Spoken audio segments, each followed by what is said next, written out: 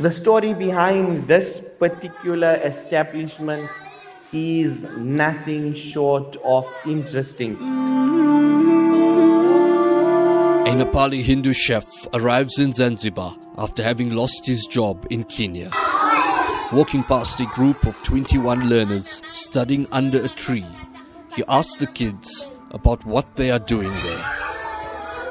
When they respond that they are attending Madrasah classes, it activates some nostalgia, and Bhakti Bhai, the Nepali chef, reminisces over his studying days under a tree. I saw them only 21 children under the tree. It's neem tree and the other tree, I don't know, there is two kind of tree was there. Then I told him, there is a Krabu, one lady called Krabu. She said, I will build you the madrasa. Then this guy was laughing at me. And I was skinny and like I just came. Then they say, I say serious, I will build. Bhakti Bhai makes a commitment to build something for the students. The community give a small portion of land to build on, and a German Christian tourist who frequented the region, with whom the chef had an acquaintance with, finds resonance with the project and decides to contribute financially. Some second-hand building material is obtained from the resort Bhakti Bhai works at to assist the process.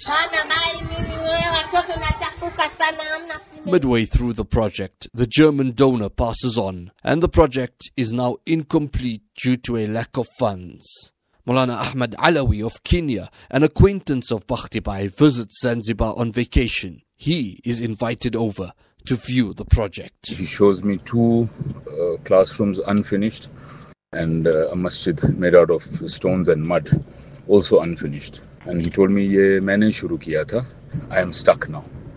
And I'm just standing there, staring at those classrooms and the masjid, and a lot of thoughts are going on in my mind, and questions: why me? Why am I standing here? Why is he only showing it to me?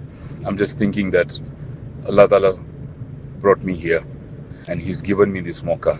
Out of thousands and hundreds of thousands and millions of people, He could have brought anyone. And while I'm just looking at the building, tears are coming out of my eyes.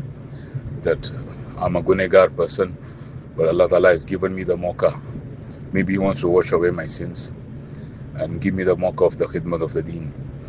And I just looked at Bhakti Bhai and I told him, Bhakti Bhai, bas ye ab mera ho gaya hai. It's mine now.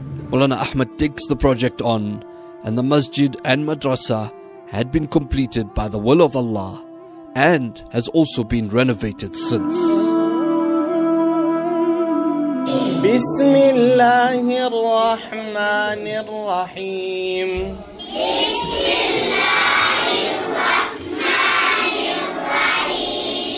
Alhamdulillahi Rabbil Alameen.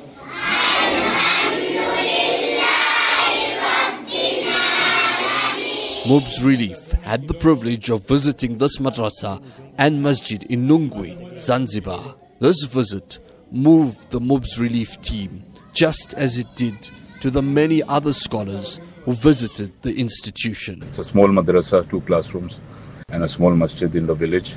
But the story really touches our hearts.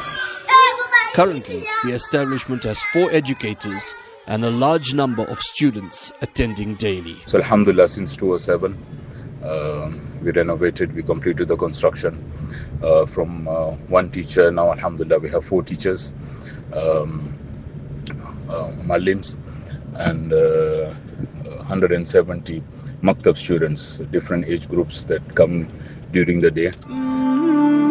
That a Hindu Nepali chef and a Christian German tourist would become the unlikely catalysts for Zanzibari children learning the word of Allah is a powerful reminder that Allah subhanahu wa ta'ala will establish His deen by whatever means He wills, whether or not Muslims rise to their required responsibilities. When I went back to Kenya and I told this waqia to my Walid Marhum, and he just told me one thing: Allah Ta'ala doesn't need us for the khidmat of His deen.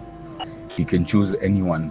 Forget about even a Muslim. He can even choose a non-Muslim to do the work of deen. Sheikh Khalil, who was with us, is reminding us of this ayah وَإِن تَتَوَلَّوْا يَسْتَبْدِلْ قَوْمًا غَيْرَكُمْ, and it sends shivers down the spine. And then there's this hadith of Rasulullah sallallahu alaihi wasallam that's in the mind. إِنَّ اللَّهَ لَيُؤَيِّدُ هَذَا الدِّينَ بِالرَّجُلِ الْفَاجِرِ. Bhakti Bhai is from Nepal. He's Brahman, Hindu, and Allah Ta'ala took khidmat of that through him. And Walid Sahab told me that Allah ka shukr karo aur is mauka ko ghanimat samjho. And I always tell my sathis, my ulama sathis as well, that the deen khidmat you are doing, Allah Ta'ala would have chosen anyone, but He has chosen you. Make the most out of it. And Walid Sahab always used to say that jitna bhi kaam kar lo, how much of work of deen you do, but always make this dua that Allah Ta'ala accept it. So Allah Ta'ala accept from all of us and forgive our sins. Jazakumullah khair.